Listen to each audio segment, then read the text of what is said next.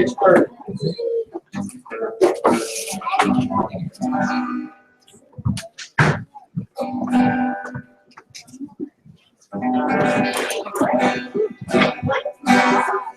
There is coming a day when no one needs to come.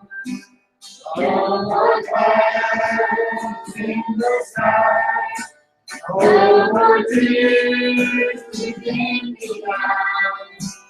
Long as we forevermore on the happy golden shore. What a day, glorious day that will be. What a day that will be when my Jesus has just lived, and I look upon His face, the one who stays by His grace. When He takes me by the hand and leads me through the promised land. What a day, glorious day that will be. There'll be no sorrow land, no more burden and fear, no more sickness or pain, no more party, no regret, and forever I will be with the one who died for me. What a day, glorious day that will be. What a day that will be when my Jesus has just me, and I look upon His face, the one who saved me by His grace. When He takes me by the hand and leads me through the promised land. What a day, glorious day that will be.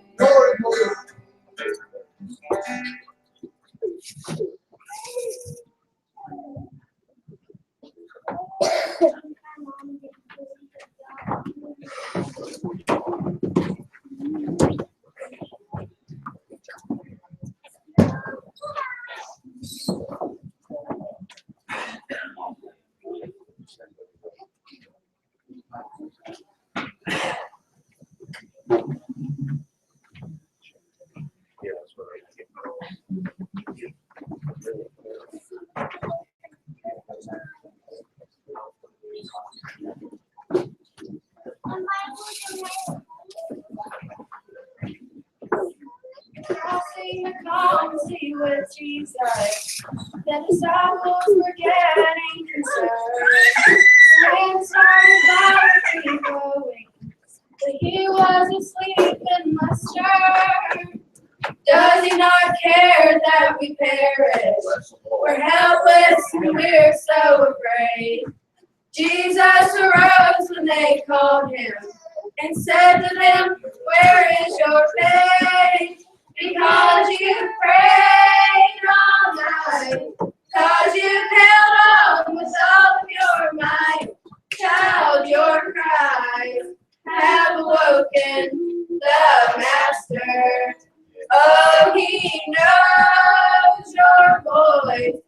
Lift your hands, it's time to rejoice.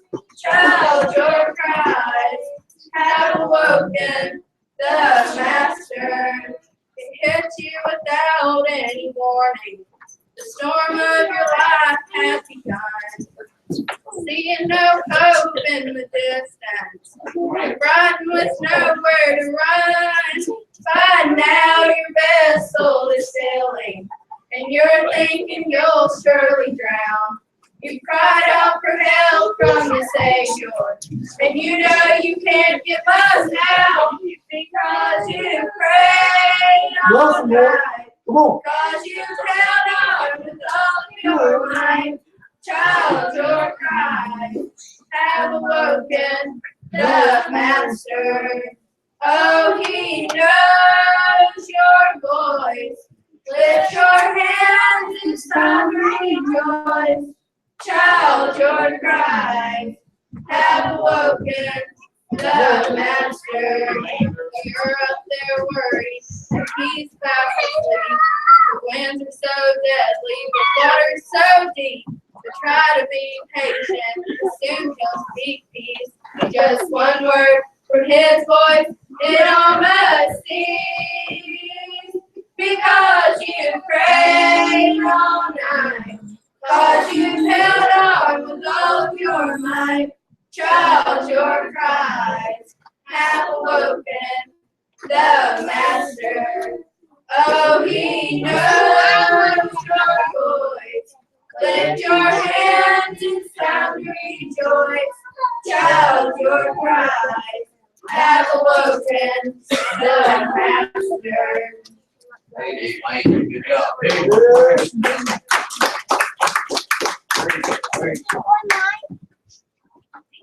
We won't get that chair right. No crowd.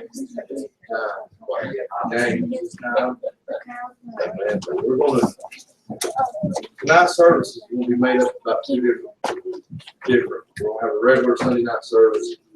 Then me and Brother James preach to him the charge after the last part of the service tonight. But y'all pray for Wade as he comes and gives us what Lord led on his heart. I have a toy, I would.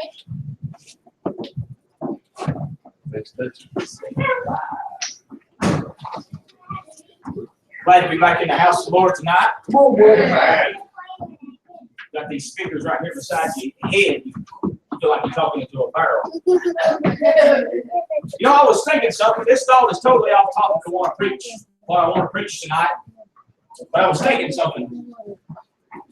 We all somehow got some kind of addiction, whether it's food or smoking or dipping, snuff or chewing tobacco or cussing or whatever kind of addiction you may have in your life. It just seems like you cannot get past it. You know? But the thought that I had this morning or this afternoon while I was praying was, how many of us can stand up here today and say we're addicted to Jesus like we are to our habits? That's good, brother. Amen.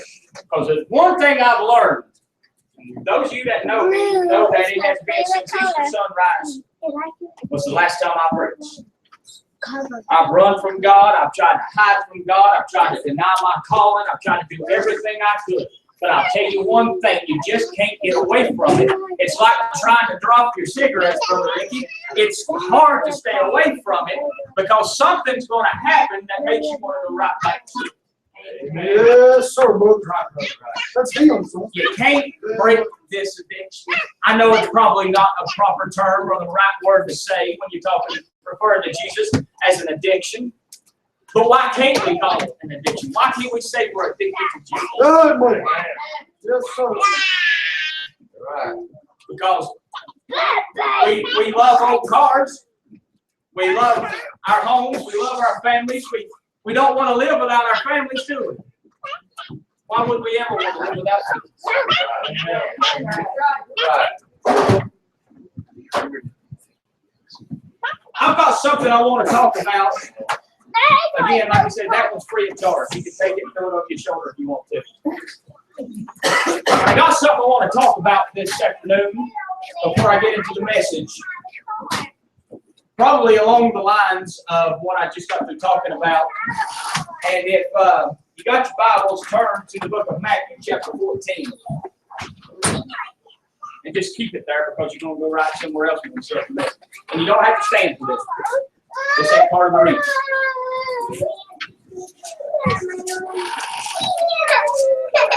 Chapter 14, and we're going to read from verse 22.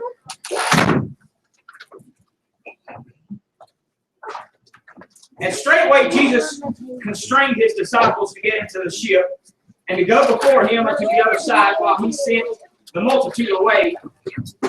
And when he had sent the multitude away, he went up into a mountain apart to pray. And when the evening was come, he was there alone. But the ship was now in the midst of the sea, tossed with waves, for the wind was contrary. And in the fourth watch of the night, Jesus went unto them walking on the sea. And when the disciples saw him walking on the sea, they were troubled, saying, It is a spirit. And they cried out with fear. But straightway Jesus spake unto them, saying, Be of good cheer, it is I, be not afraid. Now this is the verse I want you to really pay a focused attention to these next few verses. And Peter answered him and said, Lord, if it be thou, bid me to come unto thee on the water. And he said, Come. And when Peter was come down out of the ship, he walked on the water to go to Jesus. But when he saw the wind boisterous, he was afraid, and beginning to sink, he cried, saying, Lord, save me. And immediately Jesus stretched forth his hand and caught him and said unto him, O thou of little faith, wherefore didst thou doubt? Now, what I want to talk about before I get into the message tonight is, if Jesus told Peter, who got out on the water, the only time you ever hear of someone walking on water other than Jesus was Peter. Before and after was Peter. And if his faith was considered small, how small is our faith? Right. Good brother. Come on now. Peter got out on that water and walked right up to Jesus before he began to sink. Before he saw the winds and the waves, and before he began to breathe. And if Jesus told him, Wherefore did thou doubt? Where did you go faithless? Where did your faith begin to fail at? Oh, you little faith. How small is our faith? Now you think about that. You think about that. I'm telling you, if that is a small faith, mine must be a speck of dust.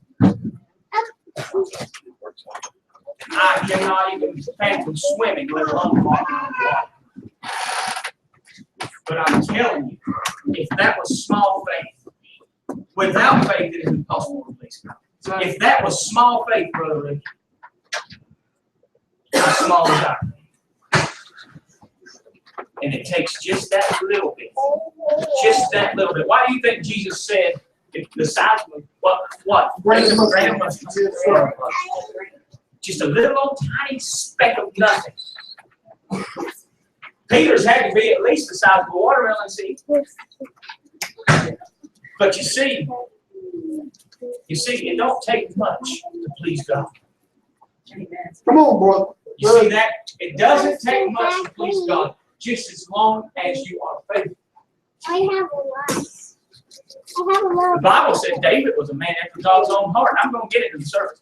Was a man after God's own heart. But he failed every time. But you know what God didn't say about it? He didn't say he was an upright man. He said he was a man after my own heart.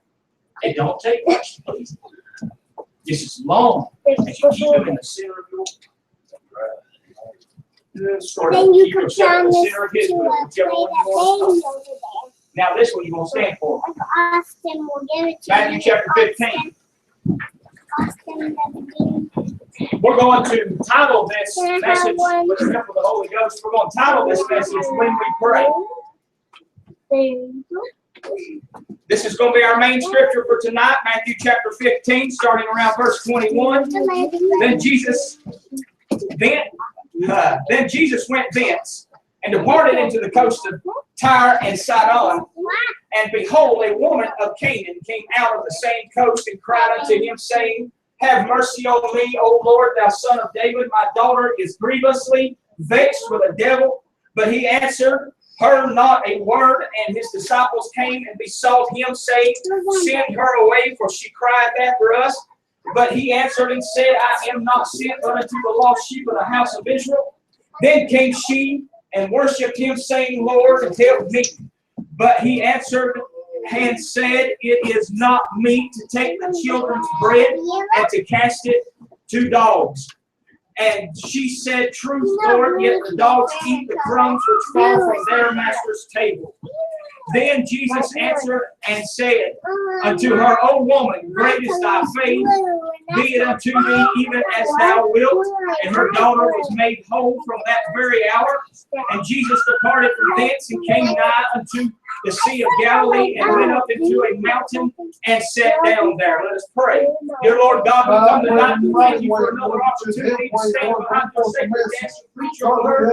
Lord, I thank you for another opportunity back in your house, Lord. And Lord, I pray, Lord, that you take this first step out of the way and bless this message tonight, Lord. Help me, Lord. In Jesus' name I pray. Amen. Amen. Verse 29, Jesus went and sat down. Most of the time, anytime you get with a woman, you got to sit down. But I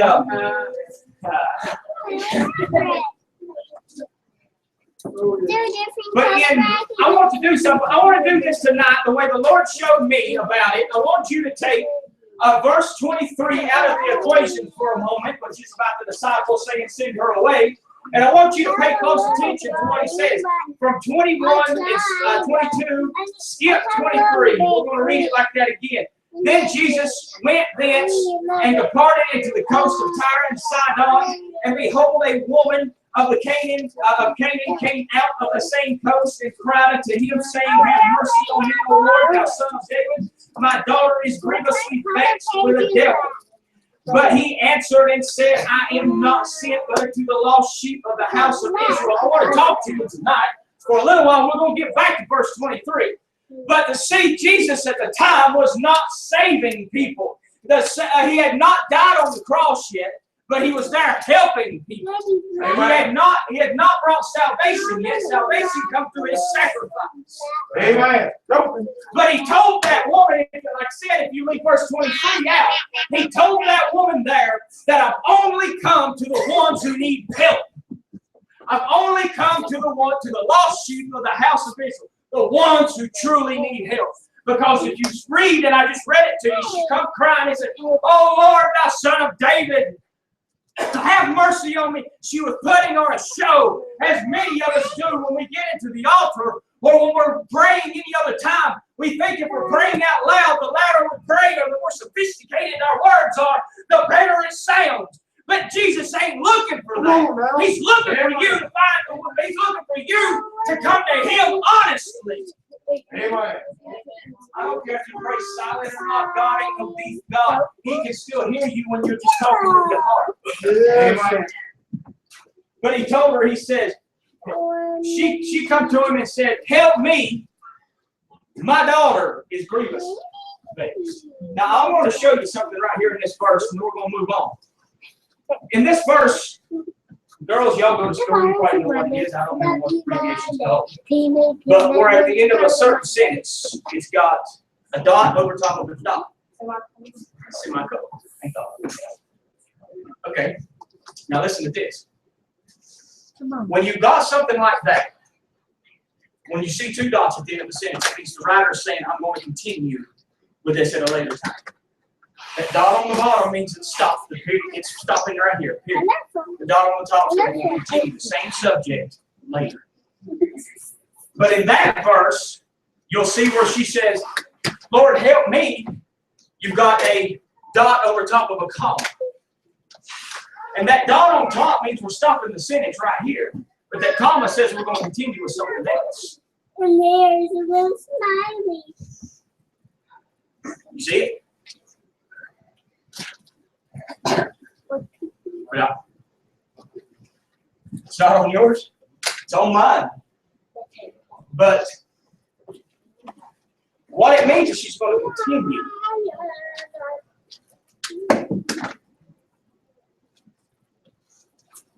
Have mercy on me, O Lord, thou son of David. And it's got the semicolon right after thou son of David. What that means is she's ending her sentence right there. And she's going to continue with a different thing. Okay. Now listen, girl. Listen. When you got to wake up awful early in the morning. When Jesus was talking to her. When she was talking to Jesus, her real problem was herself. But she wanted Jesus to do something about her daughter. What she was asking Jesus was, won't you come home and control my child for me? That's what she was doing. And he wasn't going to have no part of it. That's why he told her, I've come only to the lost sheep of the house of Israel. And if I come only to the lost sheep of the house of Israel, I'm coming to the ones who need help. Because you notice in the next verse, in verse 24, she come to him again and she said, oh Lord, help me. What none of this big, long, drawn out, oh Lord, thou son of David, let's get a little drama in there. It was finally, help me. Because he said, I didn't come for that. If you want my help, you got to tell me you want my help. Yes, amen. And then he said one significant thing. It's not meat to cast children's bread to dogs. Jesus wasn't talking about Red 1010 or K9. He wasn't talking about football dog. He was talking about, it's between us. He was talking about men. He was talking about men. And what he was telling her, because let me tell you something, I'm going to shut up and get out of the way. Let me tell you something. A lot of women that were made as the weaker vessel, not as a weak vessel, but as a weaker vessel. So I can take one of my glass jars that I drink coffee out of, and I can put that thing in a vise, and no matter how hard I twist on it, I can't break it. But I can take it right out there on that porch and just barely drop it, and it'll shatter into a million pieces. And it's the same way with a woman. She is created as the weaker vessel. She's a lot tougher than we are. Amen. But she's a lot easier to break than we are. And a lot of women they want somebody they can depend on, that will take care of them. And I know women out there in this world right now that will give up their children for a man. Will give all the desire that is needed, that their children desire that are needed, will give it up. Your children do need a certain amount of attention. Not all your full attention, but they do need a certain amount of attention because that's how it was supposed to be. But there's a lot of folks that will give up all the attention for some lover. You're right. And Jesus said it's not meat to give your bread, to give your children's bread to dogs. It's not meat. That word meat means it's not right. Amen. And if it's not right to turn your back on your children for some kind of dog, then bless God, why do we do it to God? Amen. We turn our back on Him for things of this world. And then we wonder why He don't bless. And we wonder why we're always in top position. We wonder why we always never have nothing. It's because He said, cursed is the nation that turns her back on God. He told the children of Israel, I blessed you, but don't you let my blessings take your mind off of me. Right. And I'm telling you tonight, that's what happened. She took her mind off of her children, off of her daughter. The Bible said that she'd come to him and said, look, she's grievously. You know what the word, not grievous, but grievous means heavy. She's heavy. I hate to say this, and I'm going to, and I ain't going to call no names. We got a friend, a set of friends, husband and wife. We've known them for years. They've gotten out of church and out of the will of God. And this woman allows her husband to have a girlfriend. And they both live with her. And she made a statement to my wife sometime back that her daughter is getting really rebellious, acting out worse than she ever has. Just becoming evil, mean. No wonder. It's because the attention has been taken away. And believe me, Brother Ricky, a child will get your attention one way or the other. And it's true. And what bothers me is that that's how I got this scripture. That's how I got this. It's because the Lord burdened my heart with this. I've never in 25 years, 23 years, have ever preached this scripture. And that's why she's acting out. Because you want to talk about bringing confusion into your child's life? That word vexed, you know what that word vexed means? It means to act out. It means to be overwhelmed. She's vexed. But when Jesus told her that, and she said, well, I know, Lord, but the dogs eat the crumbs that fall from their master's table. She was thinking dogs until it kicked into her. Because when she went back home, in that same hour, Doug, that same hour, the daughter was better. You know what I think? I'm going to give you a little bit of weightology. I think she went home, she drug that sucker off the couch, told him to get his stuff together and get out of the house, and I think she went and had a little sit down with her daughter because everything got better. Because when she realized that she was giving up her parenthood and her parenting for some dog, that's when she put things in order. And I'm telling you right now that goes for us all. Once we start allowing dogs to take the place of God in our lives, Come on now. things will happen. Yes, sir. Amen. But the only way to get it right is to set it in order. That's the only way to get it right. I'm going to read one more thing. Go to Mark chapter 9.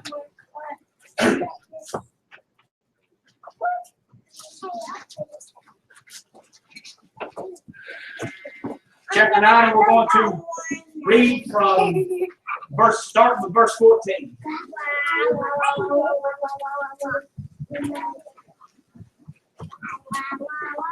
When he came to his disciples, he saw a great multitude about them, and the scribes questioning with them. And straightway all the people, when they beheld him, were greatly amazed, and running to him saluted him. And he asked the scribes, what questions ye with him? What question ye with him? And one of the multitude answered and said, Master, I have brought unto thee my son, which hath a dumb spirit. And wheresoever he taketh him, he teareth him. And he foameth and gnasheth with his teeth, and pineth away. And I spake to thy disciples, and they should cast him out, and they could not. He answered him and said, O faithless generation, how long shall I be with you? How long shall I suffer you? Bring him unto me. And they brought him unto him. And when he saw him, straightway the spirit tear him. And he fell on the ground and wallowed foaming. And he asked his father, how long is it ago since this came up to him? And he said, of a child. And oft time it hath cast him into the fire and into the water and destroy him. But if thou canst do anything, have compassion on us and help us. Jesus said unto him, if thou canst believe, all things are possible in him that believeth. And straightway the father of the child cried out and said with tears, Lord, I believe, help thou mine unbelief. When Jesus saw that the people came running together, he rebuked the foul spirit, saying unto him, thou dumb and deaf spirit, I charge thee, come out of him and enter no more into him. I want to talk about that verse 24, 23 and 24. He said, if you can believe. Jesus asked you, if you can believe. For all things are possible to them who believe. Amen. Yes. But the daddy, he said, I believe. Can you help my unbelief? Now the question is, how can you have belief and unbelief at the same time? Because sweet water and bitter water don't come out of the same way. That's right. What the father there was saying was, Lord, I've done everything I can. I love my child. I love my son with everything in me. I just can't see myself giving up on him. But Lord, it's been so long. It's been so long. Bless you, Lord. You see, the common point between this man and that woman was she thought her daughter was the problem. But he brought the problem to her. It's called battle. It's called being in war. The father was at the end of his line. He was at the end of his rope. Worried all the time. And he said, Lord, I do believe. That's why I brought him to you. But help my unbelief. Help me where I'm done. Because I went to the doctors, I went to your disciples, those who walk with you, and they couldn't. So my last option is you. That's what I say. Many of you still come in sometimes, James, you come into the house of God and you know that you're in the right place. Ricky, how many times have you prayed but you don't feel like your prayers are getting past your lips? You see? It's because sometimes there's that little time of unbelief. A lot of times we'll stand up here and we'll pray and we'll say, Lord, I know you can. That's what Paul was saying. But he didn't even ask him to help his son. You remember, he said, I brought my son to you. But the only thing I'm asking is that you give us strength. You help us. You help us. Because he had gone to a point, he'd gotten so far that he didn't even think his own son could be used. But all he was still was asking for strength that God would help carry him on with his child.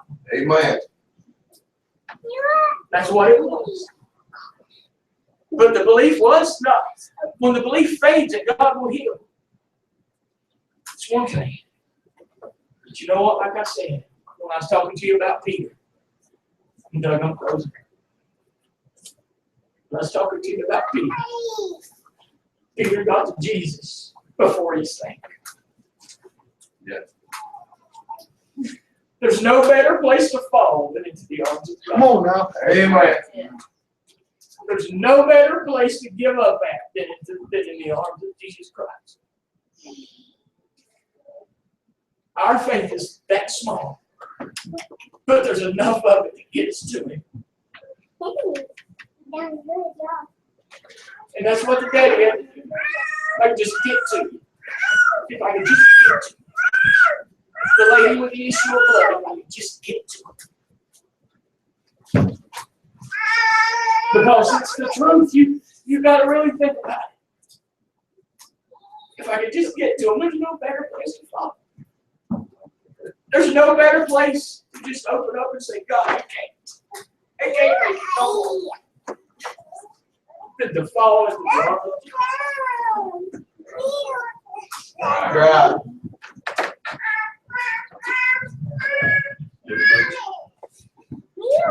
Head down and eyes closed as you sit there.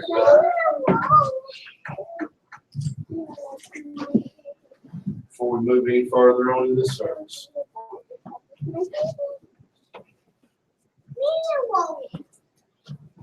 If God speaks to your heart, you need to come to offering. No.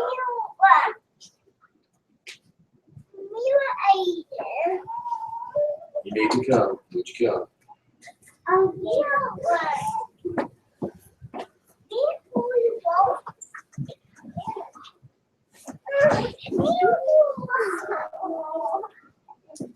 Turn up. It's up.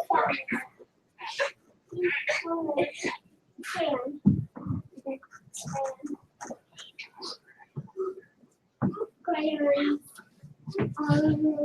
Turn up. It needs to come.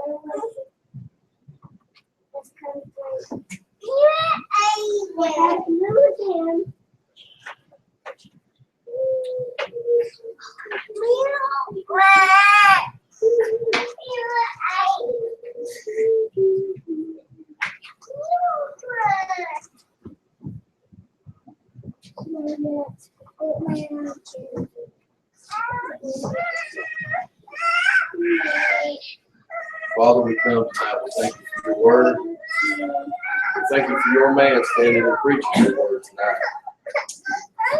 God, we thank you for the message. God, we pray, Lord, to touch each and every heart, Lord, that heard the message.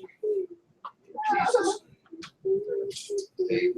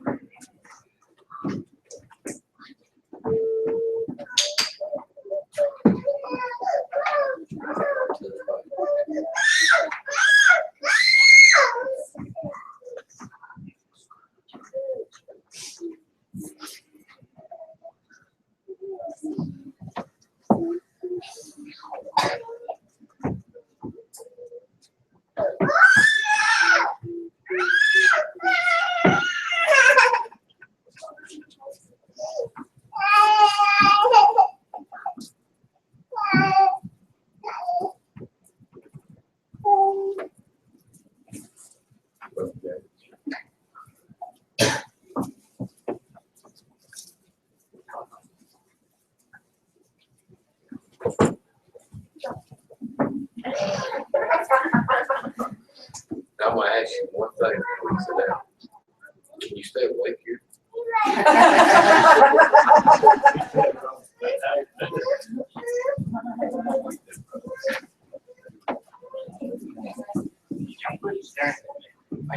You know, right off the bat, James has already got one of the qualifications to be a deacon. He is the head of his own house. If he's gonna argue with somebody in his own house, he's gonna have to argue with himself.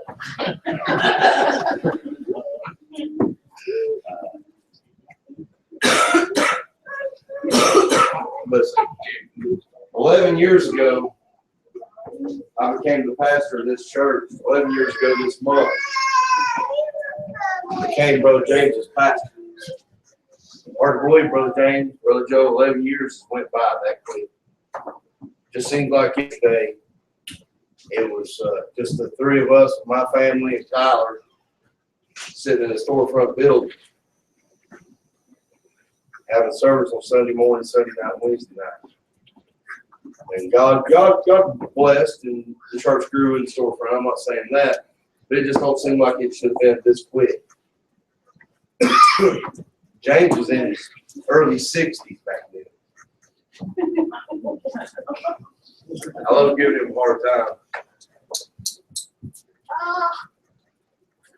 But before then, we go back before then. Woodland Terrace Missionary Baptist Church. We were all members there together. I remember I was riding with Brother Vince, Brother Ricky, and I had to tell this one tonight. I like telling stuff. James had an old super cup car, and we was leaving church.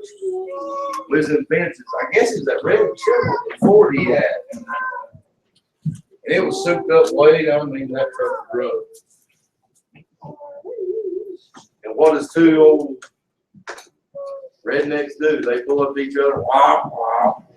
James in his sports car, Vince in the truck. Somebody got taken at the red light.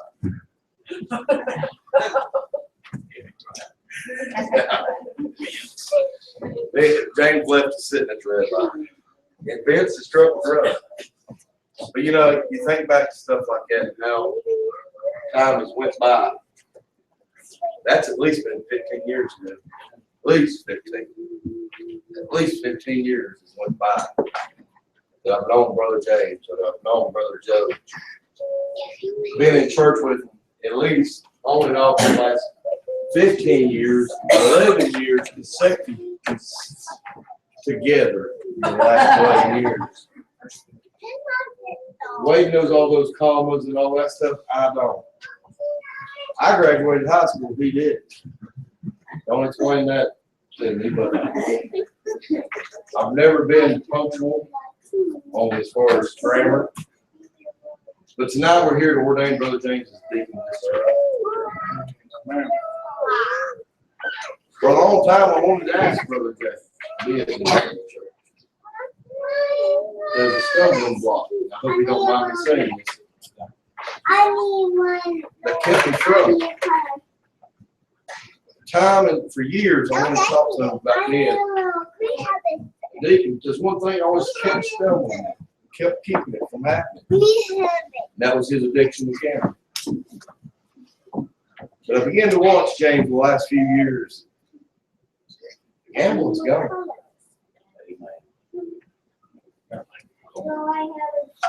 I can tell you, they've been a change. When he stops at the convenience store now, he stops to get a drink It's Dr. Pepper. And I know we rode from here to Washington, D.C. and back. We went from here to Tacoma, Georgia together. Pretty much all over the eastern seaboard together the last few months. Even though we're not now, but there for about 2 months we did. And he drank a lot of Dr. Pepper. He talked about my Mountain Dews. His Dr. Peppers, I think, was more than my Mountain Dews. So I would get a bottle of water every now and then. He won't even get that. It's Dr. Pepper. But all that aside, I heard you. We're here tonight to ordain him to be a deacon of our church. Our preachers are acting as deacons of our church at this time. Brother Wade, Brother Josh, and Brother Andrew. Because the one deacon we did have, just all of a sudden back in May, decided to go to preach. Good job. But I'm not going to ask you to stand.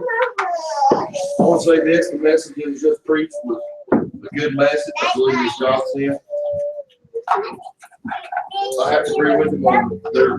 People don't want to be moms and people don't want to be dads in this day and age. Now you call. There's a responsibility that comes from this. Amen. But first, I want you to go to your Bible to Acts chapter number 6. We're looking at a couple different things here. I'll try not to be too long-winded. But I do want you to know that most of my attention tonight, I probably had 2 messages. A message is preached in the church. This message is for James, strictly for him. He's got to have the charge. And at 73 years old, really, he don't need much of a charge. I mean, he's got more experience than anyone else in this church, according to age. Because I've said it before, and I'll say it again. Him, Brother Joe, and Brother Perman was my 3 rocks when I was 24 years old, starting pastoring this church. I'd have never made it to be standing here at 35 years old preaching the charge again, if it wasn't for them. Because they had to go through some growing pains with this whole boy. But they made it. Here in Acts chapter 6, starting reading in verse number 3, it says, "Wherefore, brethren, look ye out among you 7 men of honest report, full of the Holy Ghost and wisdom, whom we may appoint over this business."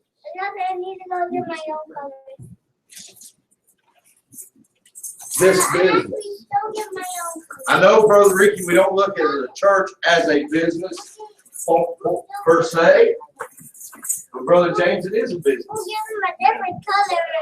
It's God's business.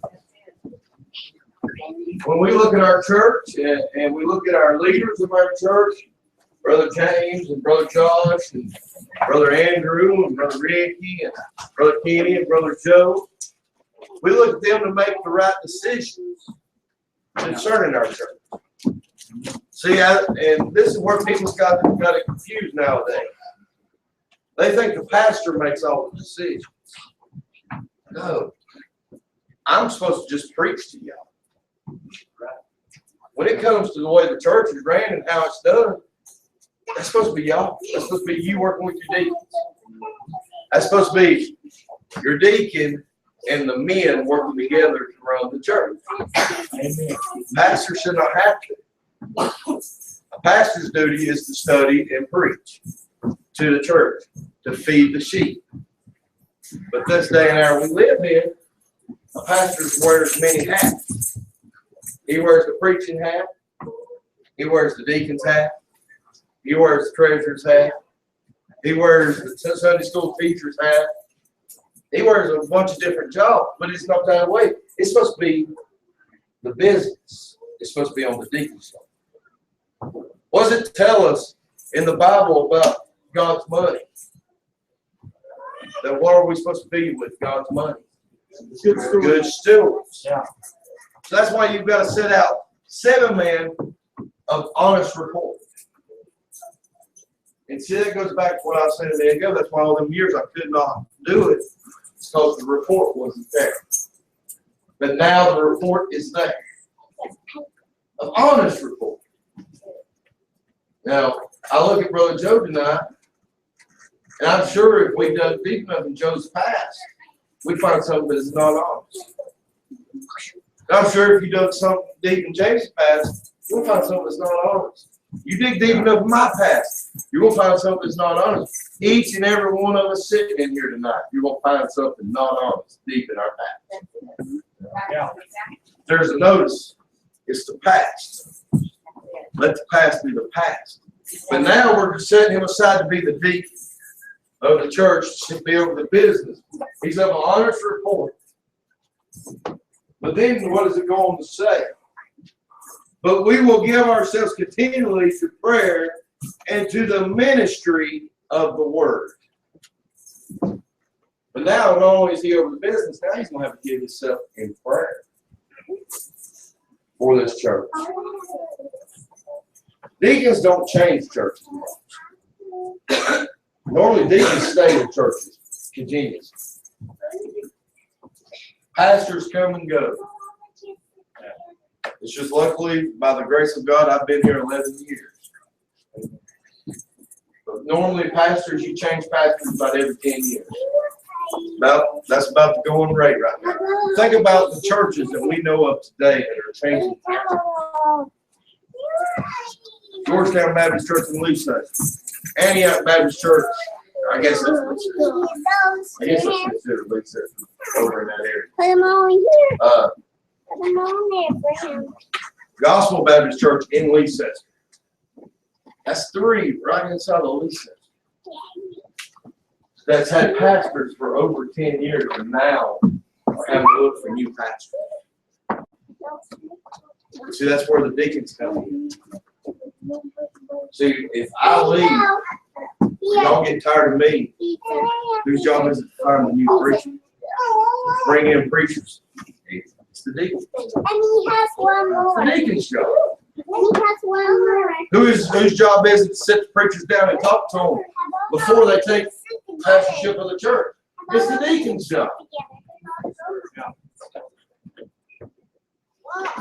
So a lot of these churches now are having to lean on their deacons to do more than they've ever had to do. So, Brother James, when you take this office tonight, it's very serious. You got to understand that. Yeah, you have power, but you can't smack somebody around. You know, I know sometimes you'd like to. But if something ever happened to me, then it's going to be your responsibility to find another preacher to take his place. Not saying he's to vote them in and say they're the pastor. No, bring them in, question them, make sure they're right where they need to be in the Bible.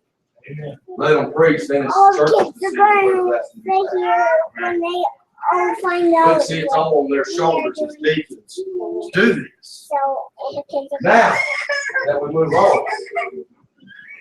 What is the first thing a deacon must be? He must be what? Blameless. A deacon must be blameless.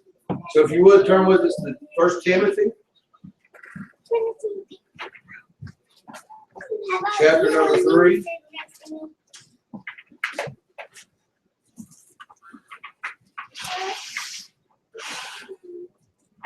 Verse number 8.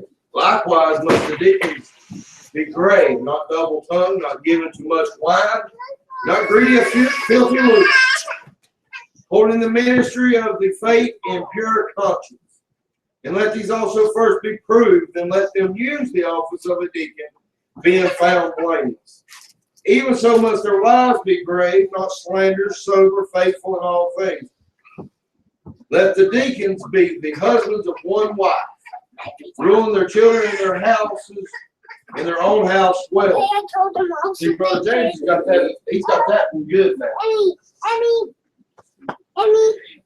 He's got that part easy. He's already got, his daughter's grown, raising her own family. next to me. So all he got to do is worry about his own home. It's plenty of room. He told me, he said, when we was working together one morning, he said, some nights I argue with myself on what I'm gonna cook for supper. As long as he don't go to answer himself, we're doing good. But in his house, he has to rule his own house well. He's got that laid. Yeah. So he is his house. He is the head of his house. Who else in there is going to be the head? Think about this. But see, to rule the house of God, you've got to be able to be the head of your own house. To be the head of a church, you've got to be the head of your own house. So, a lot of times that disqualifies a lot of people from being either good deacons or good preachers. Is they don't know how to be the head of their own house. Right? I'm not talking about tonight and slap your wife around. This ain't the 20s. That stuff's not allowed. As brother, I can't remember who said it now. Oh, it was Ray Curtis. Brother James was sitting there one morning, and I'll never forget it. Dad was sitting beside him. Brother Ray Curtis said, "You want to be the king in your own castle? You better treat her like a queen." And every time I talked to Kayla, I'd ask her, "Is he treating you like a queen?" "No, not yet." See, that's the problem. Is yes, the husband is the head of the house. But hey, you don't make a decision without your wife's approval. Hey, I know where I eat supper at. You a coward. Call me a coward, whatever you want to. My wife makes pretty good supper. And if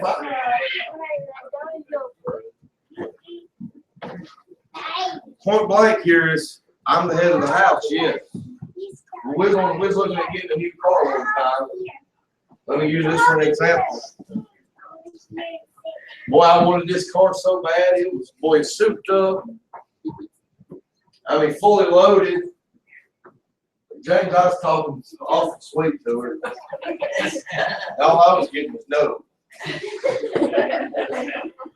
No. I said, but it's what we need.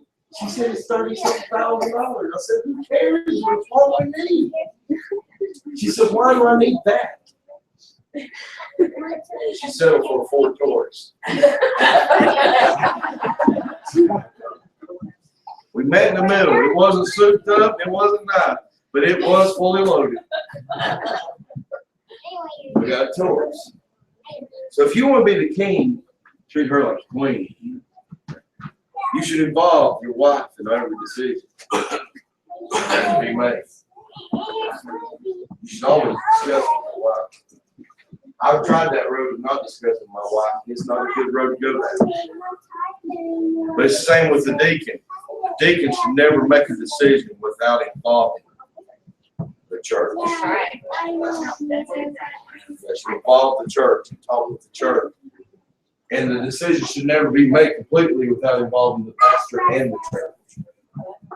Everybody should be involved. But now we notice he's got to be blameless. Can't be greedy. Can't give him too much wine.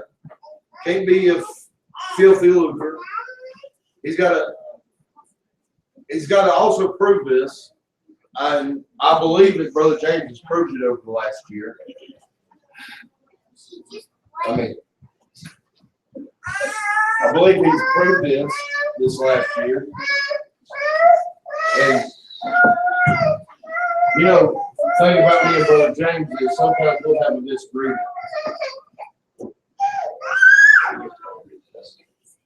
And when me and James have a disagreement, it's not a little disagreement. We have a big one. But we get over it and we go on. I'm a dirty dog for about a month until we were part of it.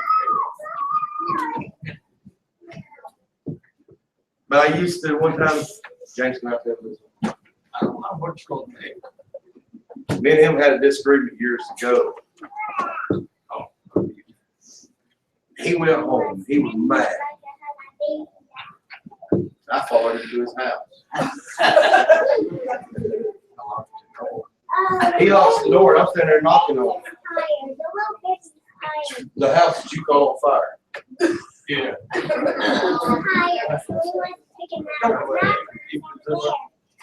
Is when you call on fire. Was in the store. Yeah. I knocked on the door. James hollered, "Go away." And Kayla said, "James, open the door." No.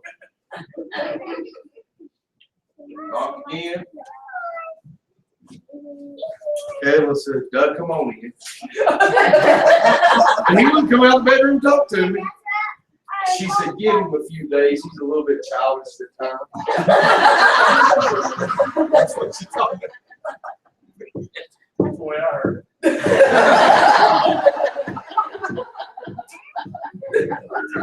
But it was a couple days went by. We gotta go back now. Right? Picked up the phone, called. Picked up the phone, we talked for just a few minutes. It's all set. And you think about this, you say, "Well, preacher, why don't you do it, put him in as a deacon if you give him at times butt heads? That's the best one to have." Why is that, preacher? Someone you butt heads with. Because that way, when you butt heads, at times, a level head comes out. See, church tonight with Brother James, and we ain't even halfway through this yet, James. I'm trying to hurry, and I know I've been thinking on some of this. But if you take a level, you take this one's got this way of thinking. Take one's got this way of thinking. If somewhere they don't butt heads sometimes, it's not going to work. It's not going to run smooth. Someone's got to butt heads at some point, and it comes back down to reality. I've always said it, Brother Josh. Brother Kermit was my head butter. I butted heads with that more often than I do this. But I'd butt heads with Brother Kermit. And I'd make him mad, he'd make me mad. But it'd all come out from the best. And we'd eventually come to agreement on something. James and Kermit used to butt heads more than anything I've ever seen. But they were best of friends. I never could understand. At some point, Brother Ricky, you've got to have someone with a different idea than you do to where the best for the church happens. If every time Josh just said, "Yes, Pastor, yes, Pastor," in his time as a deacon for this church, 4 years, guess what? If he was always just a "yes, Pastor," the church would probably crumble. But at some point, Josh would have to say, "Hey, Pastor, let's back up for just a second. Let's slow down. Let's put it into low gear." See, a deacon has to do that. Sometimes they have to, because a pastor wants to run so fast and so hard winning the lost, and want to do stuff to improve the church so much, at some point they got to have someone to pull them down to reality and say, "Look, we can only do so much at one time." Yes, sir. It's true. It's the truth. Right. Somebody say amen right there. That's why you have to have someone that has. I'm not picking on pastors tonight, because I am a pastor. But Brother Ricky, it's the truth. We as pastors, sometimes we don't look at the financial part. We don't look at all that stuff. We want to look at running, trying to do what's best for the church. As far as physically, spiritually, and everything else. And a deacon has to look at the finances and everything and say, "Look, we can't go down that road. Let's get there." You can't be a yes man to the pastor. You don't control it. That's right. As a deacon, you can be bold and you can have your opinion. Just don't be a yes man and don't think you control it. Right. Because at a certain point, there got to be a happy medium. You can't come to fisticuffs and fight it out. That ain't the way God works. Tells the preachers not to be a brawler, and it tells the deacons not to be. Not to be a fighter. And what's the one thing that's hardest for all of us to do? Keep our mouth shut. Keep her mouth shut, keep her fist in her pocket. Yeah. How many times have you wanted to dot someone's eyes? How many times have you wanted to smack someone one good time?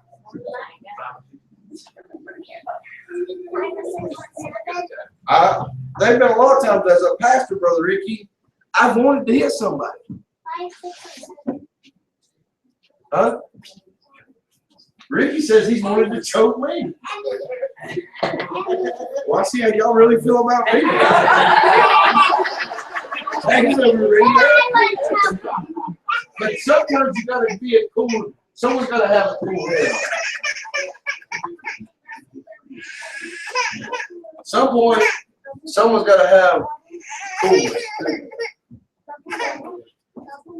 A lot of times it is someone who's got that coolness to him. Kenny took over for Kermit pretty good. Because Kermit would make you mad and then he'd somehow mellow it out. He's good to go. I mean, there's times he, but now I want to share about the testimony. See, as a deacon, you better have a good testimony. For a long time, James' testimony helped him run. But now, he's got it all fixed up. He got it going good. His testimony is where it needs to be. I know I've referred to this man several times during this message, but I just don't see how you can't refer to this man. As good of friends as Kermit and James was. Kermit was one of them. Asked James to come to church the night he got saved. Brother Kermit's testimony was this. We sitting out there in the parking lot Sunday before Brother Kermit passed away. Everybody knows what all Kermit was going through. Just looked up at that bag and was pumping his heart and all that. And I was driving him home. And we all pick on James at times about James when he talks about how God took cigarettes from him. And that's a blessing. Boy, that's a testimony in itself. Josh was standing over there smoking a cigarette. I'll never forget this. It's always stuck out in my mind. Kermit looked at me and said, "You know one thing about that cigarette, Josh?" He said, "When I was smoking, I laid in bed when I smoked a cigarette trying to pray." And said God was getting choked up on the smoke or something. Yeah. Said, "How would I not burn Jesus if I had a cigarette in my mouth?" And Josh dropped that cigarette. I've always thought about that testimony that Brother Kermit had. I thought about the testimony James talked about him with his cigarettes. How driving down the road and God took him from it. A heavy smoker as James was, God took him from it. But here's the thing, the testimony. We've got to have a testimony. Now, if you would, turn with us in your Bibles. We just got a few more chapters, places to go. Hebrews chapter number 4, verse number 16. A deacon must be a person that is not afraid to go boldly to the throne of grace. Now, as I've studied and prayed about this message tonight, it says in verse number 16, "Let us therefore come boldly into the throne of grace, that we may obtain mercy and find grace to help in a time of need."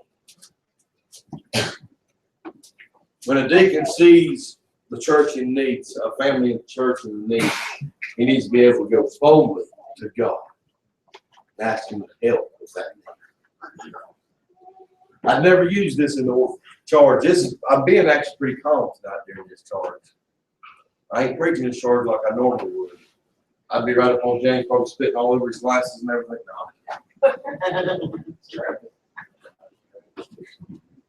But you gotta come boldly. A deacon needs to be able to come boldly to God. Say, "God, this family needs this. Lord, I'm asking that you will give this to them." Last week, we asked God to supply the need for Brother Josh and his family. when we all thought that benefit maybe $800 would be the most we got, no one had anticipated walking out here with $1,500. But someone had went boldly to the throne of grace and asked God to bless it. And in our feeble minds, how we doubted it would ever happen. It happened. That's why a deacon needs to be bold. He needs to have a little bit of backbone about it when he prays. Not just be bless the Milky Ways and all this. Have a little bit of God about it. That's what God about it. And in closing, one more verse. In the book of Romans,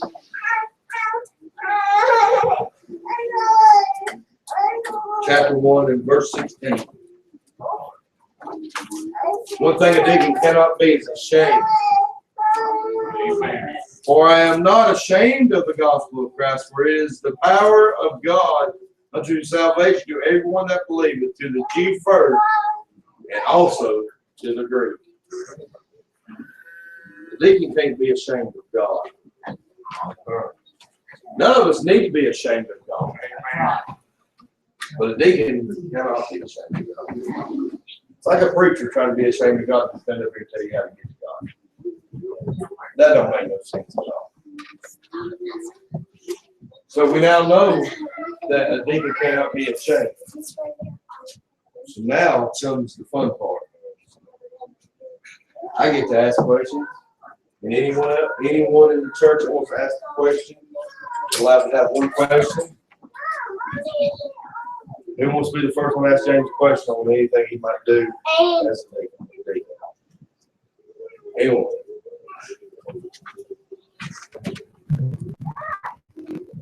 How do you feel if a family church calls you at 3 o'clock in the morning and says that Brother Doug can't come? How do you come? Not 6 o'clock, not 8 o'clock, not 10 o'clock. How do you feel about getting up and doing that?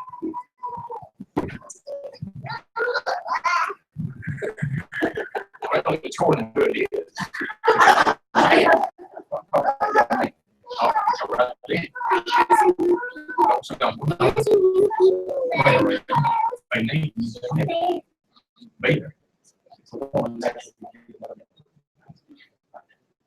I say you gotta go.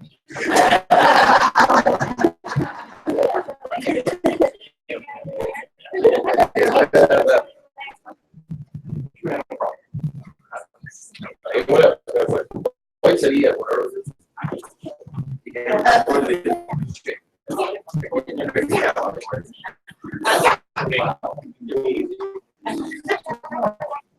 If you were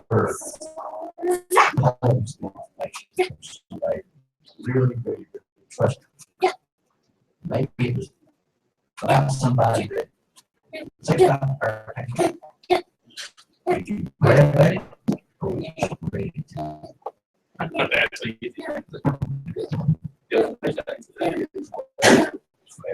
You know, I'm going to pray if it was something that was criminal or something that was urgent, I'd probably go to the pastor. In some case, I might even go to the law.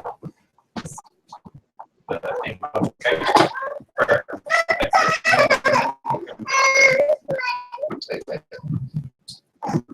What else? You got to quit. The voice man, you got to.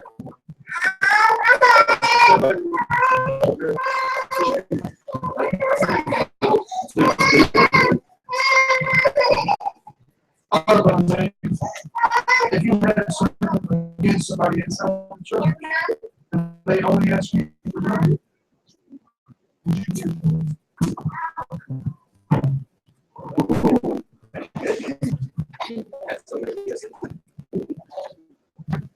I don't think what personally I've got against somebody could affect any decision I make. it's something that they've done that has not been taken care of. It should have been. I would maybe take it into consideration. But no, and that wouldn't stop me from trying to help if they truly need it. Too many times, we think we need something that we really don't need. We'll give it but most times, when I ask for money, most of the time, there is need. I think you're but sometimes you're not able to give money. I've seen drugs do that on the radio. You give money more legal than drugs, you're not able to hurt. Wait till he's got one for you now. Wait. I'm only 1 year old. I'm only You know me on Sunday. Yeah. Pastor is not here. Here. I'm 4 years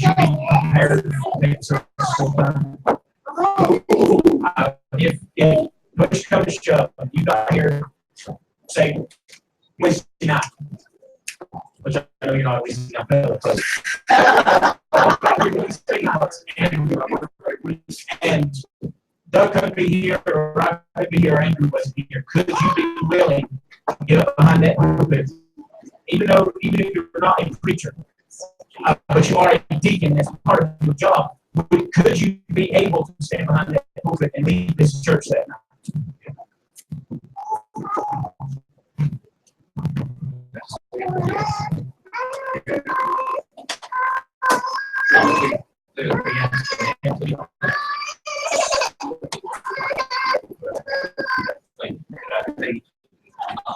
Good, they try to stand a new day.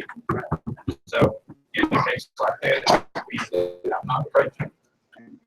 We're not trying to surface into a lesson, which is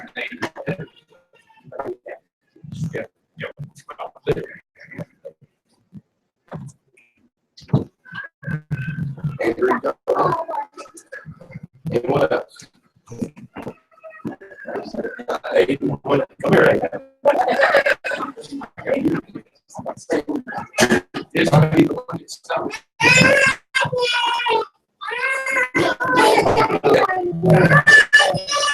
You want to okay, all right. All right, here's I get 2 questions. What is the Articles of the Baptist? You know what, I never can. I'm just kidding with you on that one. Baptism, full washing, and communion. You.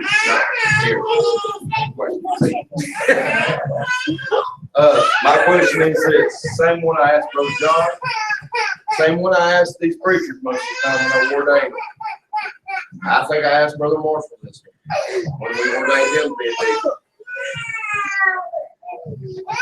That is, you get a, and for you it's going to be a little bit different and harder to answer than it was for me. So you get a phone call at 11 o'clock at night from a woman at the church. She says, I want to get saved. You say, well, we can do it over the phone. She says, no, I want to see you in person to do it. What would you do?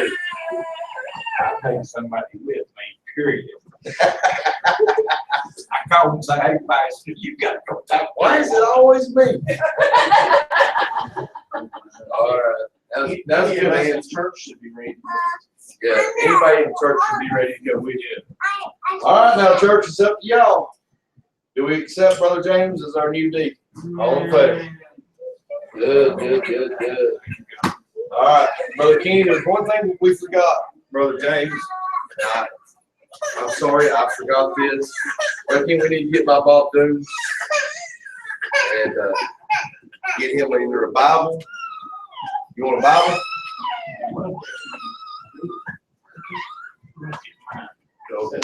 pick him up a Bible at Bob Dooms from the church, ordained as a deacon. I think that's what we've called everybody we've ever done. Either Thomas Chain or Stoker, which is your choice. All right, Officer Chain, but stand to your feet, Brother James.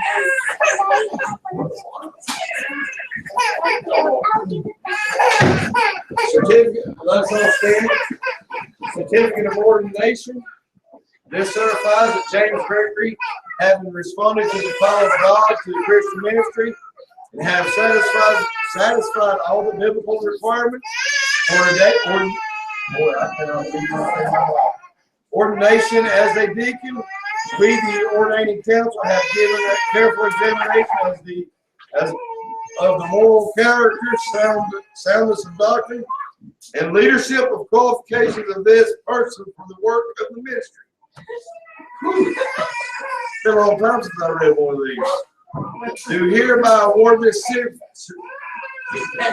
certificate, Grace Independent State Baptist Church, Asheville, North Carolina, on this 3rd day of July in the year 2016. Pastor Doug Jones, Wade Bentley, and Josh Bass. Signature roll.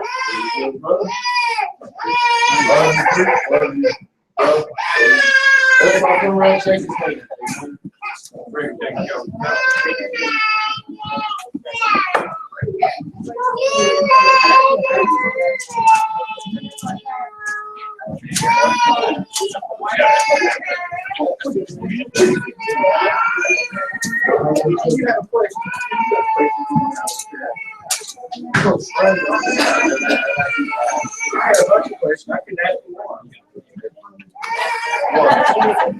You forgot to get in the corner, didn't you?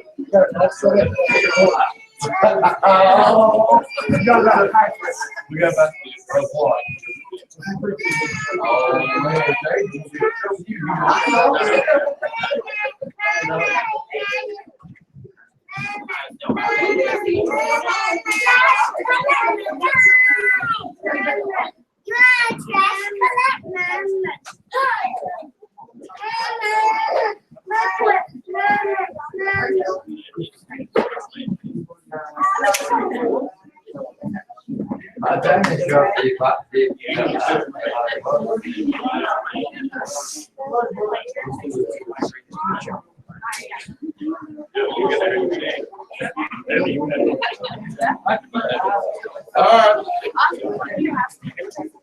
Brother Joe and James need to see the man of the church immediately following service. Ain't that right, Brother Joe? Yes, amen. I think we just need to do that right now. But you Go ahead. the pastor's appreciation week. Is it? A month, yeah. July. Well, the month of July. And we want to do something for you more this have to make a decision on exactly what. What? We want to do something for you.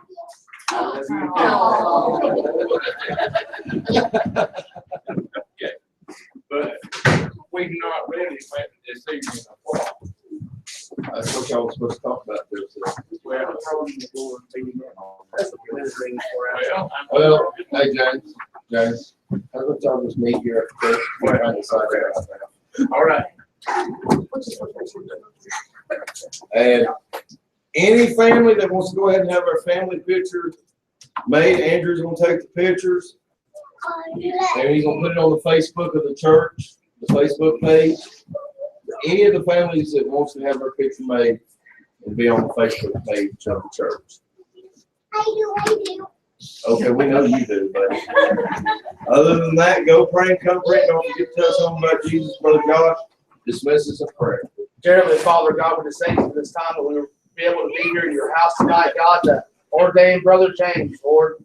What a blessing it is to the church. Pray, God, that you keep everybody safe on their way home. We love you. Thank you. I ask the same in heavenly name.